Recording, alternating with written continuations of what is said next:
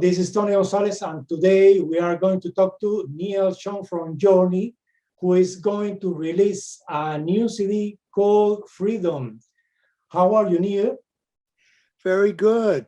Very good. It's a beautiful day in the Bay Area. We're a little north of San Francisco here and enjoying the weather. I thought that Journey will never release a new CD, taking account there was more than 10 years without new music.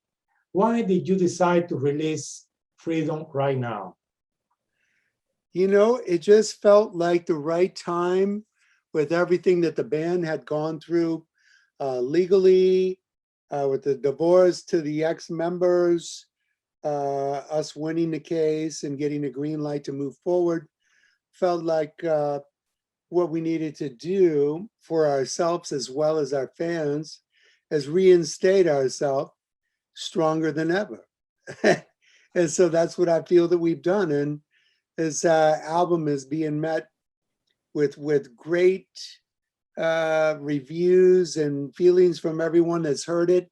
And anyone I've talked to, they feel it's some of our best work, even compared to our biggest records ever.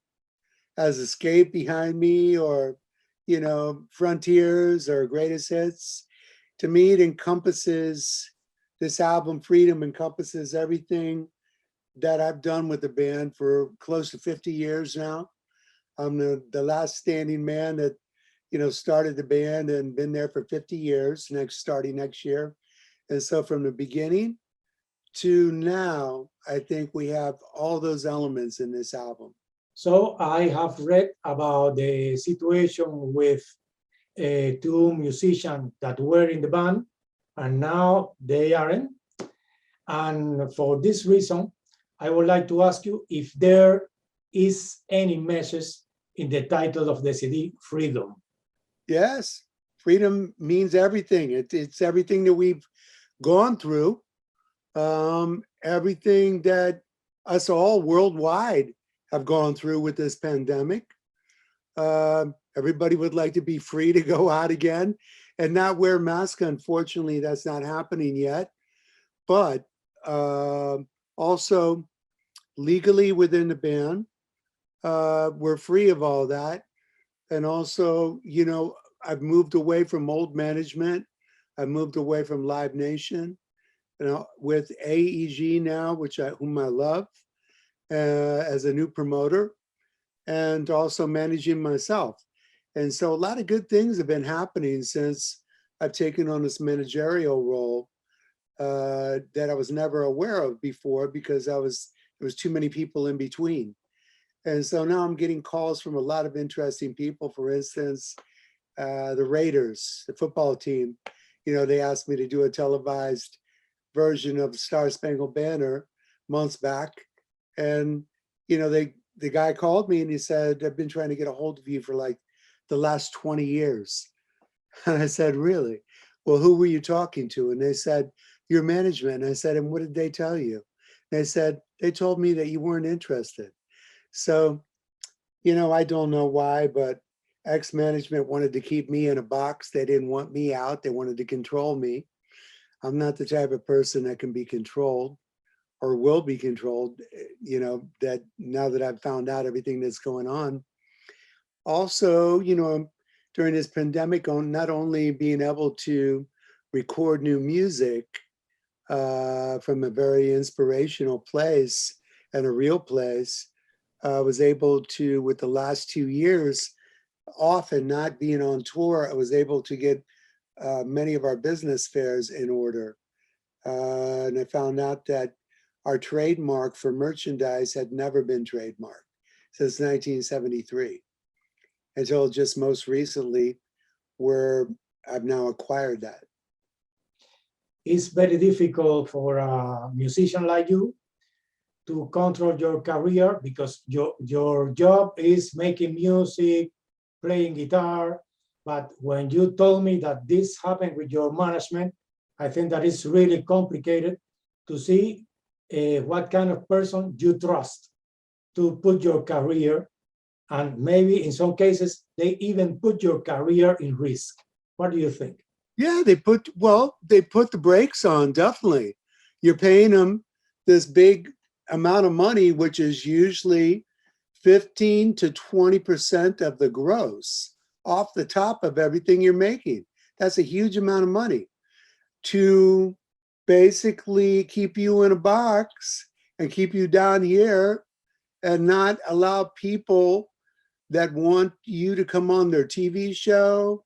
I was told the same thing with Stephen Colbert when I was, got backstage and he asked me to play, on his show a couple years back. I met the program director for the music, and she was like, "You're impossible to get a hold of." And at the time, I had some of the PR people that were working for the ex-management there, and I said, "Oh, really? Tell me why." And she said, "Well, we've been trying to reach you for the past 8 years, and nobody ever calls us back." So at that time, I turned to Larry, and I go, "So Larry, what's up with that, man?" And he was like, "Call, I don't know."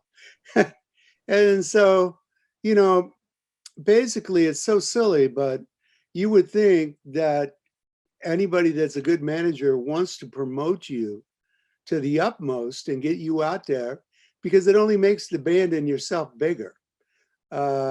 Instead with me, it was the opposite. They wanted to keep me unseen. And I think, basically they were trying to take over the band. When I saw, everything that went down in court, it was obviously a try to take over the brand. They knew that I had found out about the merchandise. They knew that I was going to go after it. And they tried to push me out of my own band. And I'm like, this is not going to happen. Not after working all my life on this band and being the one that started it. Nobody's kicking me out of my own band. Are there some plans to celebrate the 50th anniversary? Because you mentioned this before. Yes, absolutely. We have big plans for 2023. The tour went so well and sold out everywhere here in the United States with Toto and ourselves. And one of the deals I made with Steve Lukather is if I brought him on our tour, which I knew would sell out pretty much regardless of whoever we put on the bill. I knew how strong Journey was. And we elevate them in the States because they've, really not broken that big in the States. And I believe we have done that now. I said, you return the favor and we go overseas with you guys. And so that was the deal I cut with Lukather, and he's now managing his band as well. So it's interesting that we've both known each other for all these years and guitar players really, but now had to take on a managerial role because the other managers were just not doing it. At the same time, you are planning to have a symphony orchestra performance in Las Vegas next July. Are you already rehearsing with the orchestra? And are you thinking in complicated orchestra arrangement? Are you going to record the CD, the concert? Well, we record every night now into Pro Tools. And, we have our own cameramen there that shoot for DDL walls and, the screens that everybody sees in the audience. And so, yeah, it will be recorded.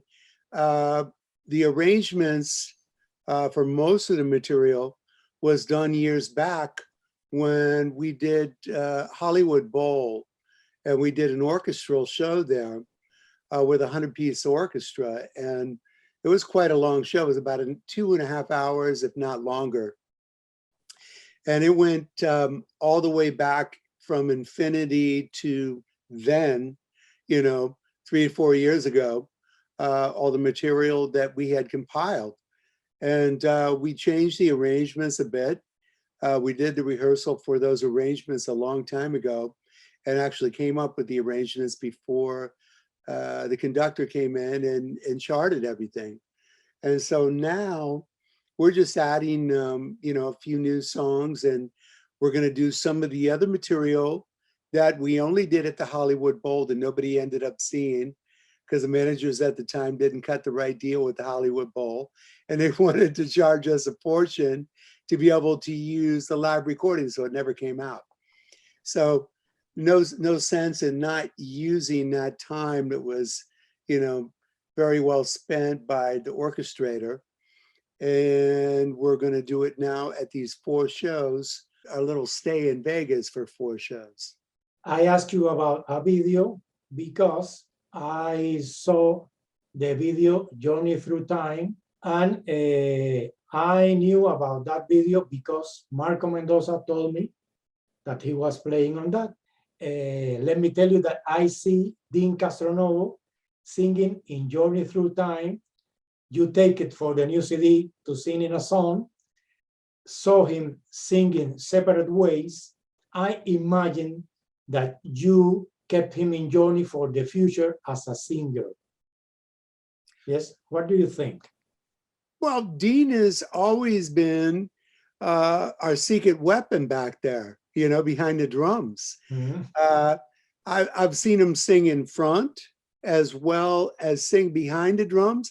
And I personally think that he's a better singer while he's playing drums because, it's a different thing. I know this from producing him on Afterglow, the one track that he sings on our new Freedom album. Since Narada Michael Walden had already played drums on everything before Dean came back into the fold, I wanted to feature him as a vocalist.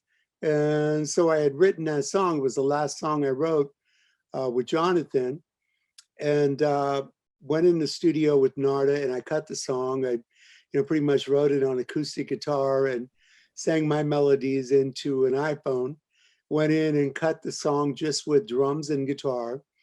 Then I overdubbed everything on it, as well as the background vocals, the lead vocals. And then it was time to either, have Arnel learn this song or give Dean an opportunity to be heard. And I felt like, since he's still in a band right now at this point, that it would be great for him to have a song on the record that features his voice, because he's so good as well. And so that's what we did. And I produced him. Narda was busy that day, so I produced his vocals. And like many singers, and guitar players, when you're sitting behind drums, you have a sense of rhythm for vocally what you're doing. Steve Perry was a drummer as well. You have Phil Collins, you have Don Henley, great drumming singers. Dean is an absolute, just like nobody else in the world, that can play and perform and play very intricate, difficult drum parts, as well as singing lead vocals. I mean, he's got dexterity beyond anybody I've ever seen. Much like when I first saw Police and I saw Sting, playing keyboards, playing foot bass, playing bass with one hand, and then singing, a completely different rhythm. And so Dean has that same ability. And so Dean has always been a secret weapon back there. And as you heard, like through the Journey Through Time stuff, that DVD will be coming out at a later date, as Frontiers has that now. And so, it was definitely, it was a lot of fun to go back into the catalog and replay a lot of that material, as well as play our hits and have Dean cover it like pretty amazingly perfect. So, there's a Journey, Journey now has, we have Arnel, we have Dean, we have Jason Derlaka, who's the second keyboardist now, that did a lot of, he beefed up my background vocals that I had initially sung in the studio on these new songs with Narda. And he's got a high voice too, and he sings great. And he can sing a lot of our material well. So, I mean, really what I'm looking at is the future. And when we get to past, I would say, past 2024, which will be a complete stadium tour, then I want to look at doing evenings with, and much like what I did with Journey Through Time, where it would be a 3.5 hour show with an intermission in the middle. And that way I can really construct musically what I've been wanting to do for a long time. There's just not enough time when you play with somebody else on a bill. An hour and a half is not enough time to do that. You know, you have to play your hits and you have a little time to stick in a little bit of this and that, but it's not enough time to encompass everything that I want to and put it together in a very musical way to where people will go, wow, that was just mind effing, you know. And I do believe we have all the bits and pieces to do that, and all it takes is you know, imagination of myself and working with someone like Dean and the rest of the guys and putting it together rhythmically so it all makes sense, and use a lot of bits and pieces of the early material to get in between the songs, you know. And I think the thing that I learned from playing with Journey Through Time is that we had done years back, we tried the concept of playing everything from the beginning to where we were at that time. And chronological order is a cool concept, but nobody really got it because there's not a lot of people that understand where the band came from. So when we laid too much of that on them in the very beginning without hitting any hits, it didn't make sense. So when I did the Journey Through Time thing, I really mixed it up. I started out with a song like I'm Gonna Leave You that was on Look Into the Future, which was a brilliant song to start the set with because it just kicks ass. It's a 5/4 shuffle that Kansas ripped off from us when we were on tour with them. Uh, you know, ripped the rip off completely and put it on Carry On, My Wayward Son. And we had not recorded it yet, but they definitely got it from us. They came up to us and said, they came to me and said, "Oh, I love that new song you guys have." And then years later, after their record came out, we ran into them again. I go, "I guess you did love it." But, you know, I learned though that we can start off with some of the earlier stuff and then quickly go into something that's more familiar and go from the old to the new to the hits to back to the old and mix it up like that. And then you don't lose the audience. The audience completely stays with us. And our audiences have been just amazing. We have like 5 generations of kids and you know, teenagers, middle-aged people, and people my own age out there that have been fans since the beginning. And so there's no ending in sight here because the new younger generation is embracing us so greatly. And I feel like they're more open-minded than any of our audience because they didn't get to live through the era that I did as a kid. I got to see many shows by The Who. I loved The Who, you know, going into Tommy and, you know, watching them orchestrate that live and play it different every night and stretch out. Saw Led Zeppelin do the same thing. Saw Jimi Hendrix absolutely do that. Never played anything the same from night to night. And Jeff Beck and even Rod Stewart, you know. And so seeing all those great bands that I feel were the epitome of, you know, greatness from a rock band, not being afraid to step outside and stay inside at the same token. That's where I'm going because that's where my roots are. It's something that happens naturally for me. So I naturally want to step outside. I'm learning to play more outside than ever right now, you know, and I got into a lot of that during this pandemic, learning how to play more keyboards, looping my keyboards, playing interesting, you know, bass lines that are tonally completely, you know, not pop music at all. More Miles Davis prone, the progressive era of Miles Davis, like Bitches Brew and stuff he had done with John McLaughlin and all those other great musicians. So I've been dabbling in that a bit too. And I even did some of that in the Journey Through Time show.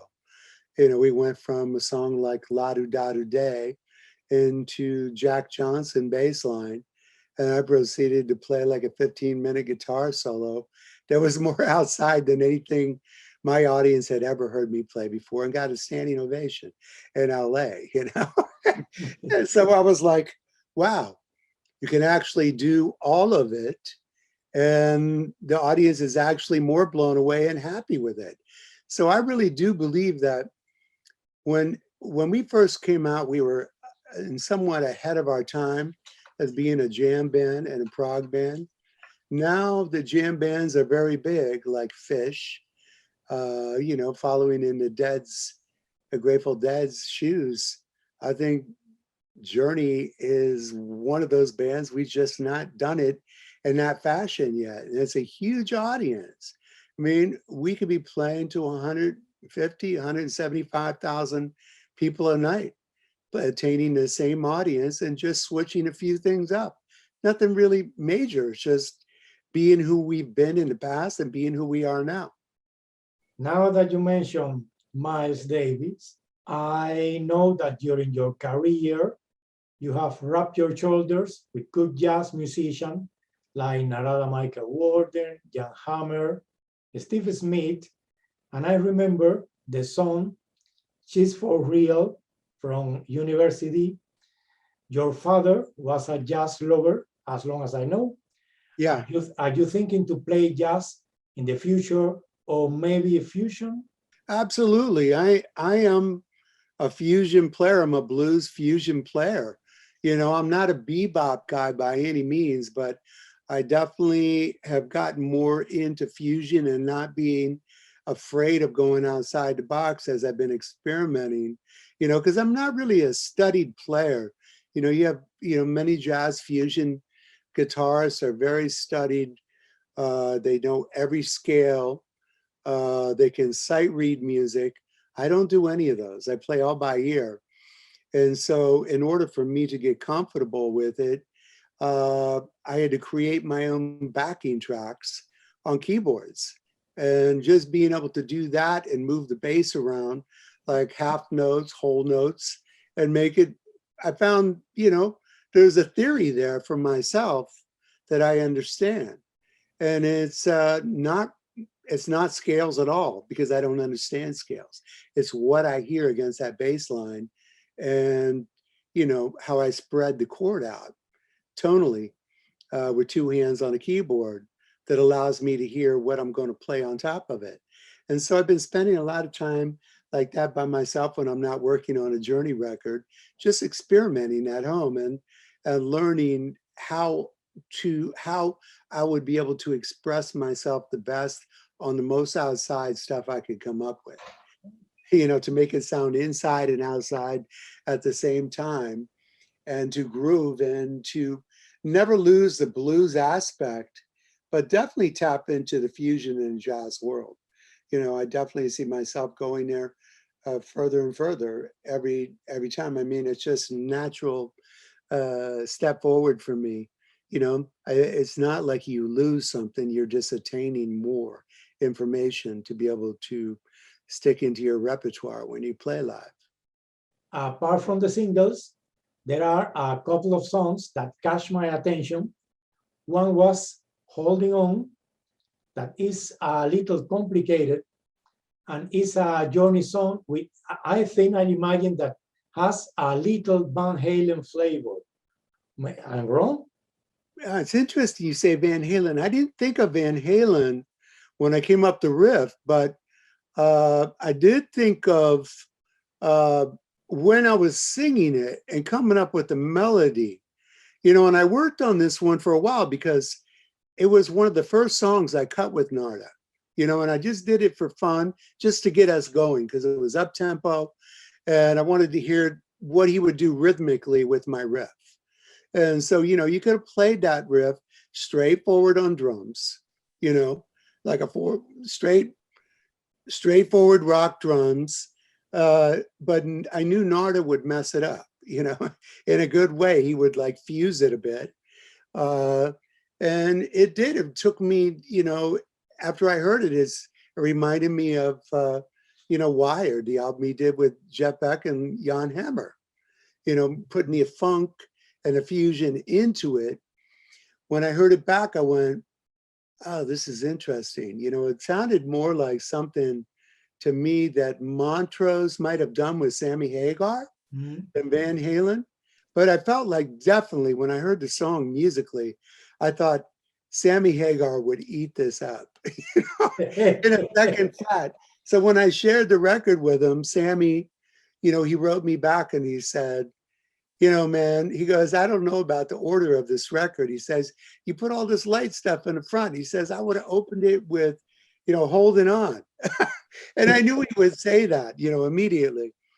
But, how I came up with the vocal, really, I mean, I worked on it for a while and I tried a lot of different phrasing.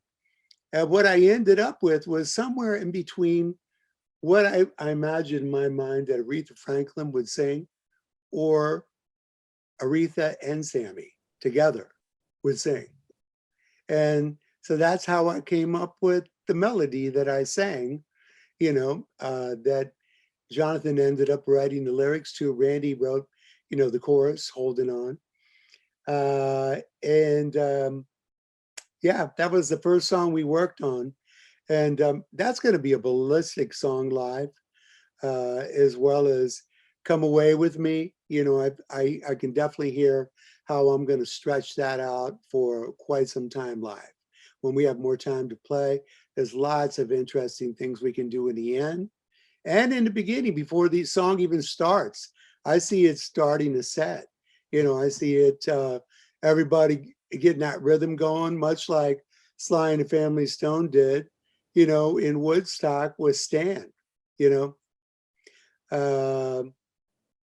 it's got that type of heavy funk rhythm, and just heavier, guitar, call it, Hendrixy, Band of Gypsies, whatever, myself and my influences mixed with all that, so it's got the soul and it's got the heavier guitar, blues guitar, which I'm really excited about. Arnel is as well, because he feels very at home singing this stuff.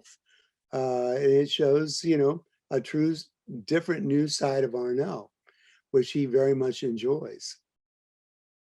And the other song that catch my attention, apart from the singles, is Let It Rain, with some soul moments mixed with a 70 kiss. And I think that maybe this is a song that reminds me the story of Journey. So how did that song was written? It came from, a lot of times I get inspired by sounds alone. I don't really have I don't sit down and go, I'm going to come up with a song that kind of sounds like this or that. I hate doing that because I want to come up with something that's fresh. It's all right to be inspired by this or that, but it's not okay to chase something to sound like something else that's already out there. You know what I mean? From a writing aspect. So a whammy pedal, is something that many guitarists, Joe Satriani, Steve Vai, many people have used for years and years, and I never really used it because they used it. I just didn't want to go where everybody else was, that's kind of me. If somebody starts using, I've been using sustainers in my guitars for years. And then when everybody started using sustainers, Satriani and Vai and everybody else, and Phil Collin, from Def Leppard, I stopped using it. And so it's like, I want to go where everybody is not. And so when they lightened up on it a bit, I decided to jump on it a little bit. And it was the first thing that came out of me when I plugged in the whammy pedal. And I had this riff in my head that could have been a wah-wah riff, like an older late 60s Cream or Hendrix type riff. But with the whammy pedal, it sounded a bit more new age, ageist, and rather than just sounding really like old. it brought, you know, a new sound into an old style. And it was also really funky. And so it was just, I had the riff to start with. And what was great about working with Narda in the studio is we didn't have an agenda every day, you know, what we're going to do. And he said, well, what do you want to work on today? And I said, I have this riff. Why don't we go jam on this riff for a second? And so we went out in the studio, and I had no idea where the rest of the song was going. You know, I just kind of made it up as we were jamming in the studio. And it was the first take, and we left it. Just, you know, we jammed it out. I played the solo. I played every part that's on there that's a live guitar. Nothing ever changed. It stayed the same. All I did was overdub some extra guitars later on some of the sections I came up with, and used a little Mutron and a couple sections to make it, you know, that electronic wah-wah, that wah, wah, wah, that whole vibe that was, you know, happening throughout the song. And then I played a bunch of keyboards on it, and then I played bass on it. I did my best Jack Bruce impersonation that actually ended up on the record, except Randy copped all my stuff and put his own stuff into it. But, you know, I had the distorted bass and was counter playing, you know, the bass parts. I love Jack Bruce. He's like my favorite bass player of all time. And so I love playing bass against my guitar in the studio. And, you know, we came back to it many times, and we listened to it, and we just kind of left it alone for a long time. Then we came back to it months later. We'll listen to it again. And Nardi goes, you know, there's something really so cool here. And I agreed with him. And so then we just started dialing it in a bit and making it sound more like a song, which was, you know, we used the skeleton of what we had already cut, didn't redo that at all, and wrote the song around the arrangement that I came up with that was kind of off the cuff. You know, and wrote the vocals around that, and then sent it out to everyone, and everybody overdubbed on it, and it came back as it is, you know. Journey always have good drummers. I always remember Steve Smith, and now the band has Narada, who works with you previously in some CDs. So there is a song that makes me think that you give him freedom of expression. It's beautiful as you are. And I can imagine that when you play in the past with the Steve Smith, you give him freedom of expression too. Tell me about Narada, please. Okay, so that's an interesting song, and that's a sleeper on the record, and it was actually much longer than it is on the record right now. But if I had kept the other section, that I wrote it as a suite, because Journey really has never done a suite like a Tommy or anything like that, and always capable of doing it. But instead, we would do a lot of different songs that almost could sound like a suite, like Infinity. If you put the songs more attached to each other without the spaces in between, it would sound like a suite in a sense. And so I approached my ideas that I had, that I laid down, kind of like that. I had the verse that it starts out with acoustic guitar, and I had written that years back, and it just kind of sat there, you know. I believe I came up with it one day after I heard Imaginary Western, you know, by Mountain. Just some really pretty descending chords, with a bit of, you know, McCartney in there, some cool changes at the end to kind of twist it around and go to a different place. And never, you know, I just laid it down, didn't know what the melody would be. And then Narda came up with the melody on that one. He sang the melody that Arnell sang, Jonathan wrote the lyrics. Then I came with a loop that I had written on the keyboards at home, which is the rock section that precedes the verse. And that very much reminded me, when I came up with it, it had like similar drum beat to Don't Stop Believing, but was a little bit heavier on the guitar side until the keyboards were put on. And when Jonathan put his keyboards on it, it immediately sounded like, Journey-esque, where it sounded heavier without the keyboards. When the keyboard piano went on it and he started comping a lot of what I was doing on it, it immediately sounded like Journey. So I said, wow, I love this. And so I sang all the vocals on that part, on the rock part, sang all the background vocals, and then were beefed up by Jason and Jonathan later. Um, and resung, obviously my vocal parts by Arnell. Jonathan wrote the lyrics. Then, we went through all the musical changes. I added, the weird kind of time signature, if you will, hailing-ish, cascading vocals, somewhat like Steve Perry would have done on, our older records, Departure or Evolution. I mean, he's forever in my heart. I understood. And all those vocals that kind of cascade while they're sitting there. One stays a little longer than the other one moves. And so I learned a lot from all these guys from working with them for years. And so I decided to go into that mode vocally, and I, did my background vocals, and that was that. And then we got to the part, near the end of that, and I said, Nard, I said, cut loose, just play like a drum solo somewhat, Who style, a la Keith Moon, Narda, and so he started playing, and I didn't know what I was going to play over the top when he started playing, when we cut it. So I just kind of moved my guitar chords around what he was playing, not knowing where I was going at all. And then just put the bass on later to make sense, to make the guitar chords make sense.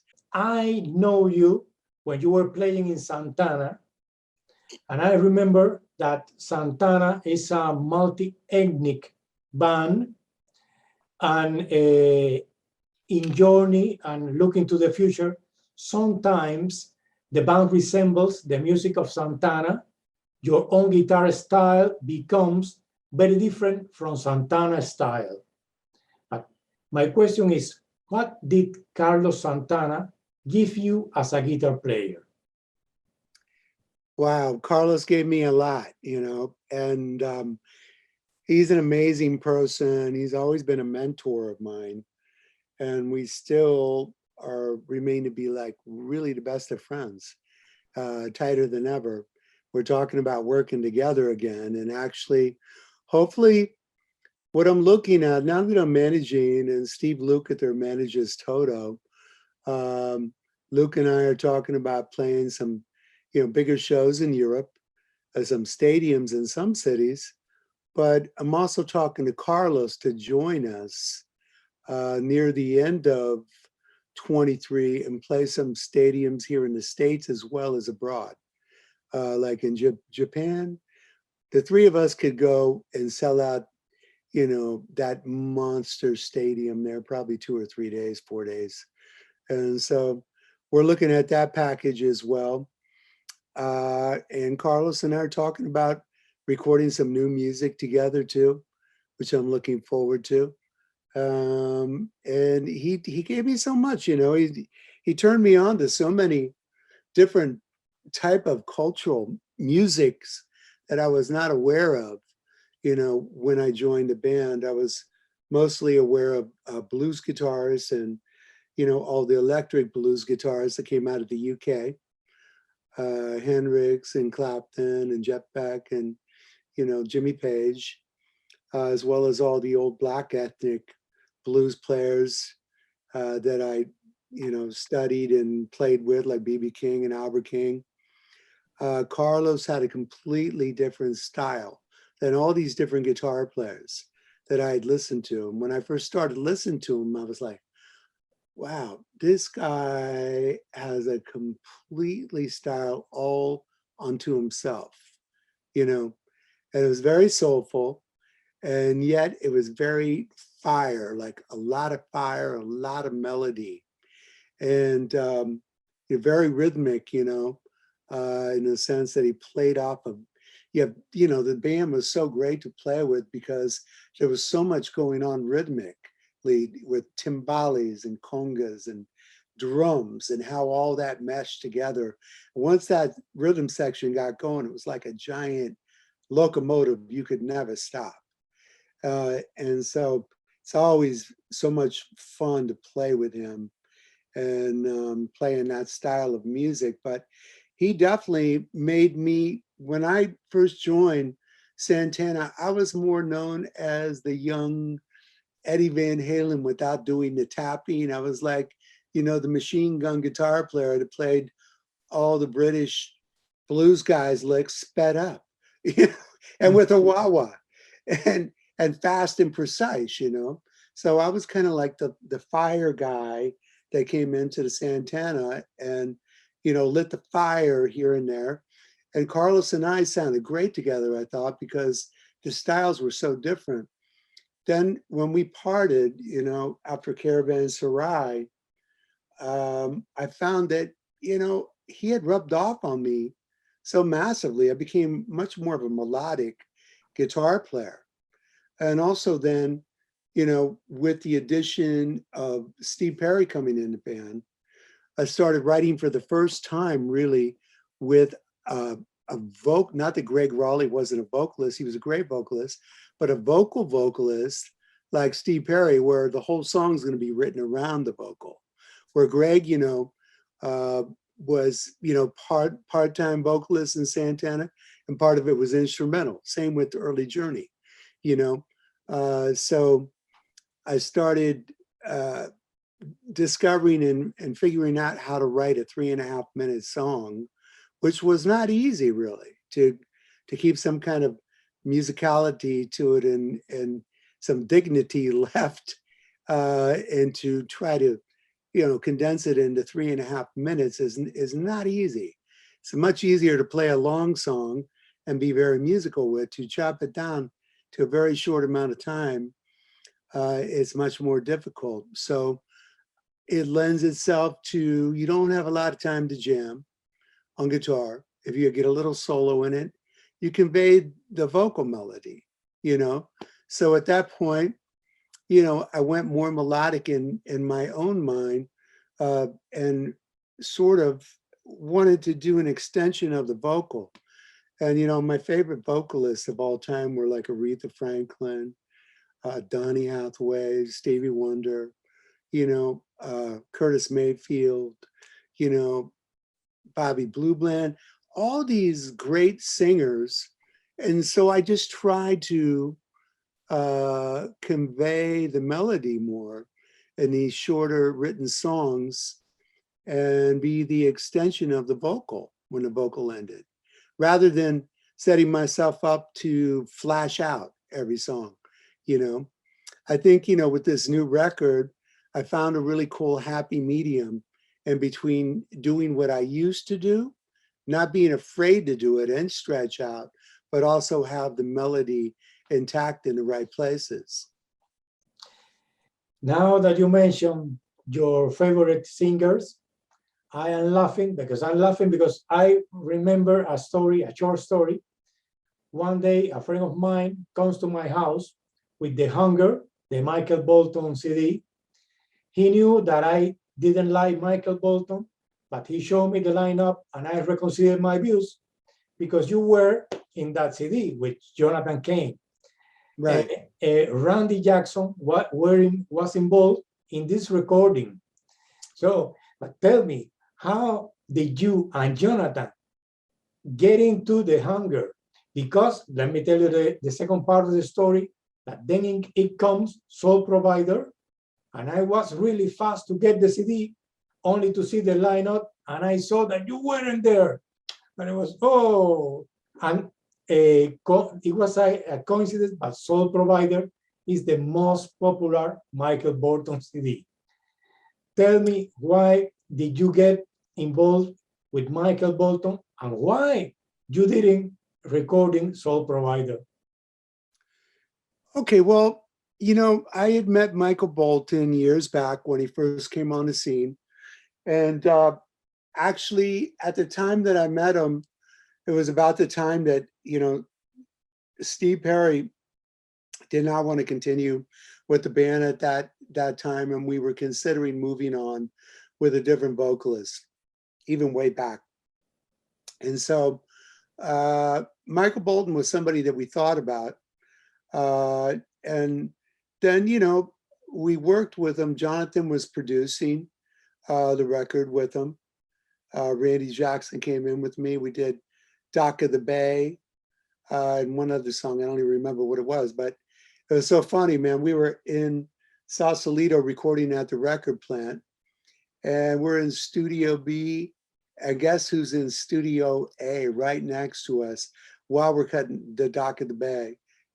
Is Steve. You can go look back at the original song and see his name. But he was recording right next door, and I was like, oh, wow, this is crazy. And so I made sure that I played like, I thought I copped all of his parts religiously. And he came in and heard the version, and he loved it, I thought we did a good version of Dock of the Bay. Very good. And, played a tasteful, bluesy, lights type solo on it where I got to express myself, with that type of guitar playing again. Michael Bolton then was assembling a band that I know John Kane and his brother Muggs ended up going out on. And I remember being at the Black Rock in Columbia Records in New York. And I was up meeting some of the execs and people that were working for us at the time. And Michael Bolton was there.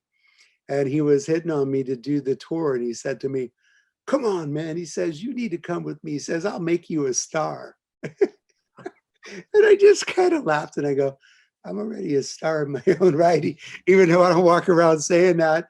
But I just felt like, it wasn't what I wanted to do at that time.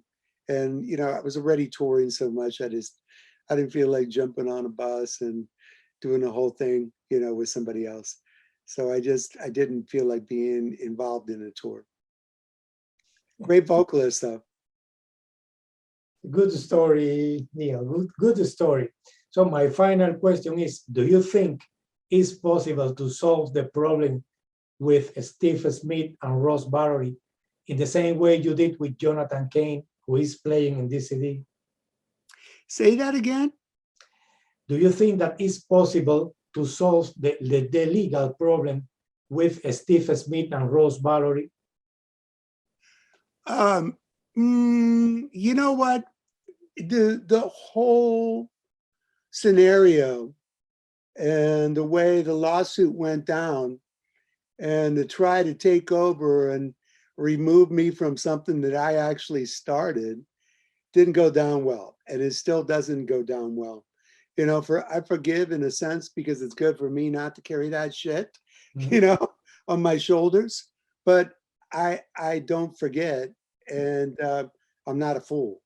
And so I just move on. I moved on. I'm not interested in playing with Ross anymore or Steve Smith. I understand you really well.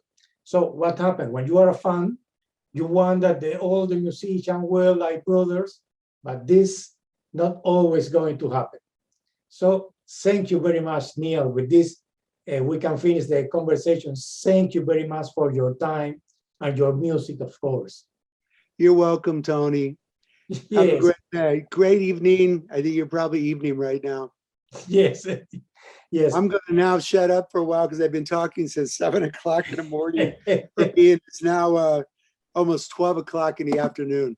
So it's been a long day already. Give my regard to your wife, please. Thank you. I will. Bye-bye. Bye-bye.